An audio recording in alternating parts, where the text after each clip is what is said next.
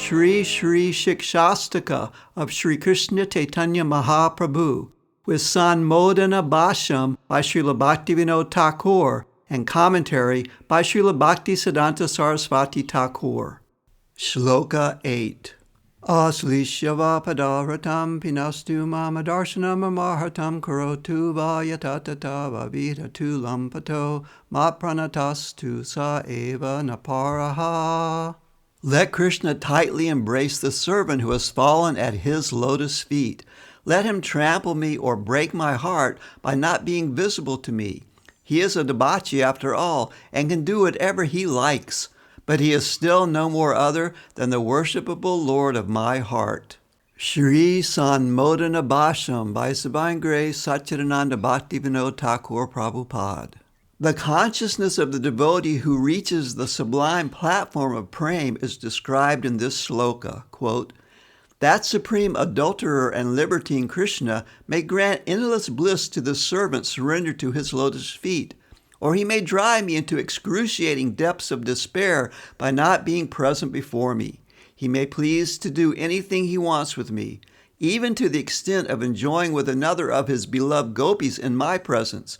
Yet he remains always the Lord of my heart. For me there can never be any other person." End quote. We find accounts of the incomparable position of such fully surrendered souls in Srimad Bhagavatam, quote, "When the mortal living beings finally decide to relinquish all fruitive activities and totally surrender to me, I reciprocate by giving them the nectar of immortality, elevating them to become my eternal associates." End quote. The conclusion is that in Krishna Prema, Krishna becomes the life, soul, and the greatest treasure of the devotee. In this mature stage of devotional service, the sublime exchanges of mutual attraction between the devotee and the Lord flower into full bloom.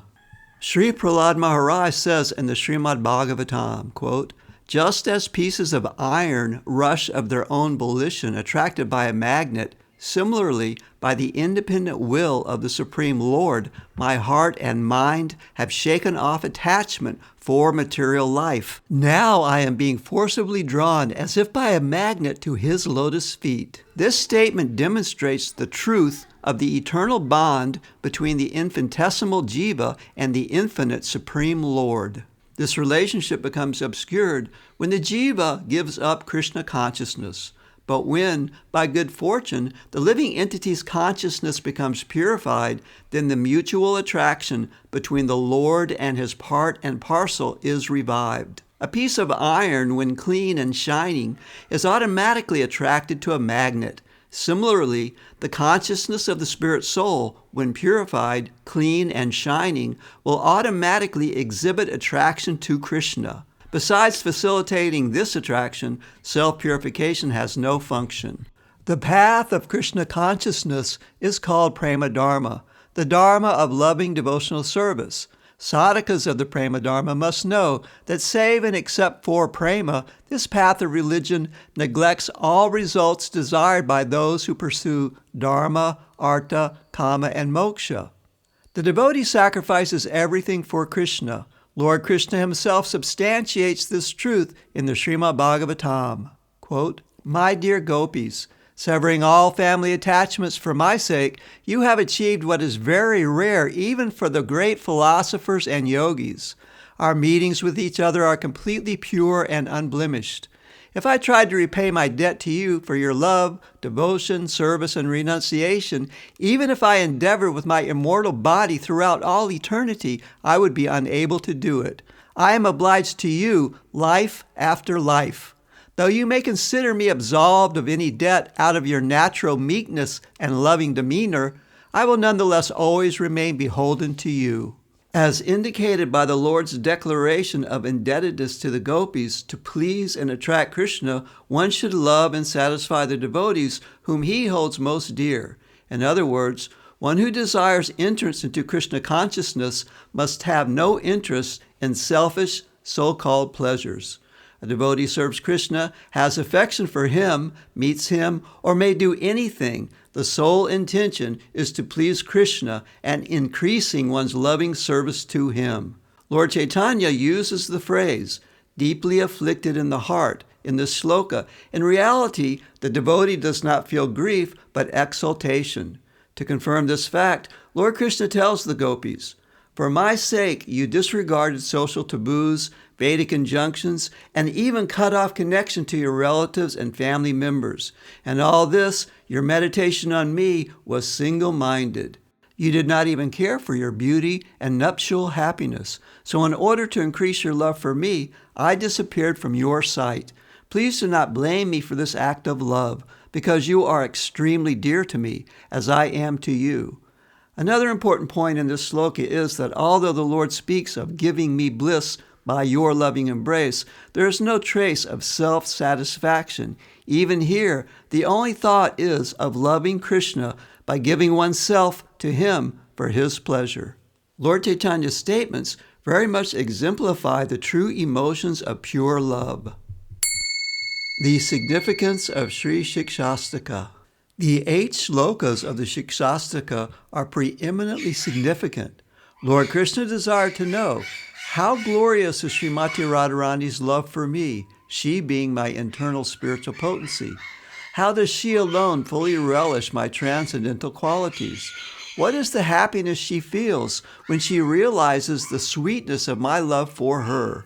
Longing to answer these 3 questions, the Supreme Lord Sri Krishna revealed his eternal form as Sri Chaitanya Mahaprabhu, who personifies Audarya or magnanimity in absolute fullness. Sri Chaitanya savors to their mysterious depths the 3 states of Radharani's love as he performs manifold pastimes in an exclusive region of Goloka known as Sri Navadvip Dham. Adorned with the ecstatic sentiments and lustrous complexion of Srimati Radharani, Krishna, as Sri Chaitanya Mahaprabhu, appears on this earth once in a day of Brahma. His most recent descent to the mortal plane occurred in the year 1486 of the Christian era in the West Bengal district of Nadia, where the divine waters of Mother Ganga purify the town of Navadvip. Navadvip Dham is not different from Vrindavan. He took his birth during a full lunar eclipse on the bright moon night of the month of Phalgun, March. The whole town of Navadvip was reverberating with the chanting of God's name, as this was the custom during a lunar eclipse. The Lord accepted Pandit Jagannath Mishra and Srimati Sachi Devi as his father and mother. His childhood was filled with childlike restlessness and miraculous pranks. His boyhood days were spent in studies. His marriage in youth was strictly in accordance with Vedic culture, as was his execution of household life. Thereafter, he went to Gaya and accepted spiritual initiation in the 10-syllable Gopal mantra from Sripad Ishvara Puri, a great acharya in the Brahma Madhva disciplic succession. Thus he taught the living entities their duty to take shelter of a self-realized spiritual master as directed in the scriptures. After his return from Gaya, he performed congregational chanting of the holy name with his associates and devotees, flooding Bengal with the nectar of the holy name of God and propagating devotional service to Krishna. At age 24, he received sannyasa initiation from Sripad Keshava Bharati of the Shankara Sampradaya and forever severed all links with home and family life. The next 6 years found him on pilgrimage through Bengal, Orissa, South India, Maharashtra, Uttar Pradesh, Mathura, Vrindavan, Prayag, Kashi, and Bihar. In his travels, he blessed millions of conditioned souls by giving them the holy name of Krishna and teaching them the science of pure devotion. He refuted all philosophical speculations contradictory to the conclusions of the authorized scriptures and firmly established the philosophy of Achinta Bheda Bheda Tattva, which he himself taught for the first time as the essence of the teachings of the other 4 schools of Vaishnava philosophy. For the next 18 years, he made his residence at Sri Jagannath Puri. There, in the company of his intimate associates, he relished the nectar of love of Godhead, exploring fully the 3 questions. From amongst his followers, he sent out powerful preachers to lead the conditioned souls along the path of pure devotional service to the Supreme Lord. In this way, he drowned entire India in the waves of Krishna Prema. He requested many intimate associates like Sri Swarup Damodar, Sri Ramananda Roy, Sri Prabodhananda Saraswati, Sri Rupa Goswami, Sri Sanatan Goswami, Sri Raghunath Das Goswami, Sri Gopalabhatta Goswami, Sri Jiva Goswami, Sri Kavi Karnapur, and others to write books establishing his teachings. For this purpose, he impregnated their hearts with his divine potency.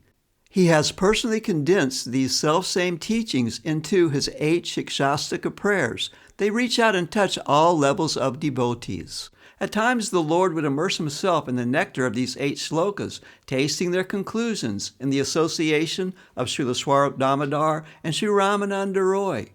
Later, these slokas were explained in great detail in important scriptures like Sri Chaitanya Charitamrita. By his own example, Lord Chaitanya taught how to lead an ideal householder life and the life of strict renunciation, sannyas. These teachings, too, are all contained in this 8 verses. They are super excellent. Surrendered souls who read with devotion these nectarian prayers from the mouth of the Supreme Lord Gauranga will certainly be attracted to the honey of Lord Chaitanya's lotus feet. Like spiritually intoxicated bees, they will swarm to the lily-filled lake of Krishna's love. 401 years after the advent of Lord Gauranga, the commentary known as Sri Sanmodana Bhashyam was composed by Kedarnath Bhaktivinod. The Siksastakam prayers particularly distill the essence of all Vedic scriptures for the taste of the Rasika Bhakta, the pure devotee. Having emanated from the lips of the Supreme Lord himself, these prayers are the absolute truth. They should be read, recited, and worshipped daily by sincere and fortunate souls. These prayers should be as constant companions, learnt and taken to heart. From the Chaitanya Charitamrita Anchalila, quote, I am a maidservant at the lotus feet of Krishna. He is the embodiment of transcendental happiness and mellows. If he likes, he can tightly embrace me and make me feel oneness with him, or by not giving me his audience, he may corrode my mind and body. Nevertheless, it is he who is the Lord of my life. My dear friend, just hear the decision of my mind. Krishna is the Lord of my life in all conditions, whether he shows me affection or kills me by giving me unhappiness. Sometimes Krishna gives up the company of other gopis and becomes controlled, mind and body, by me. Thus he manifests my good fortune and gives others distress by performing his loving affairs with me. Or since, after all, he is a very cunning, obstinate debauchee with a propensity to cheat, he takes to the company of other women. He then indulges in loving affairs with them in front of me to give distress to my mind. Nevertheless, he is still the Lord of my life. I do not mind my personal distress. I only wish for the happiness of Krishna, for his happiness is the goal of my life. However, if he feels great happiness in giving me distress, that distress is the best of my happiness. Commentary by His Divine Grace, Senapati Srila Bhaktisiddhanta Saraswati Thakur Prabhupada. Quotes from Scripture. I am simply a lowly maidservant of the gopis who are always absorbed in serving Krishna's lotus feet. He may embrace me, he may exploit me, or he may break my heart by not appearing before me. He is a libertine, accustomed to have his way with the gopi damsels for the satisfaction of his lusty desires. Let his will prevail. In spite of everything, he is the beloved Lord of my heart, nothing less, nothing more. Lord Krishna is the Supreme Personality of Godhead, fully independent. My religion is to obey his command. I have lost my independent whimsy. I could never recoil from serving his will for any reason. In the perfect stage, the devotee has shed forever his material designations of body and mind. His only concern is to satisfy Lord Krishna's every desire in the transcendental realm of Goloka, which is Krishna's personal playground. In this mood of unalloyed love, the devotee's only hope for service is in the role of a female assistant to the gopis. Such service is indeed available in the devotee's original spiritual form of transcendental senses. The jiva must never consider assuming the position of an Ashraya Vigraha devotee, i.e., a principal associate of Krishna. Just the thought of this will make him egotistic. The uncontaminated state of the pure jiva's existence in the spiritual world is subservience to the Ashraya Vigraha. The jiva is dear to Lord Krishna, yet constitutionally, by the Lord's desire, he is in the marginal category of the Lord's spiritual energy. The principles revealed in Sri Siksastakam. The 8 Siksastakam verses demonstrate the 3 principles, Sambandha, Abhideya, and Prayojana. Broadly, the first verse teaches about the process of the congregational chanting of the holy name. The second, about the unfortunate reluctance of the conditioned soul to take up this best process.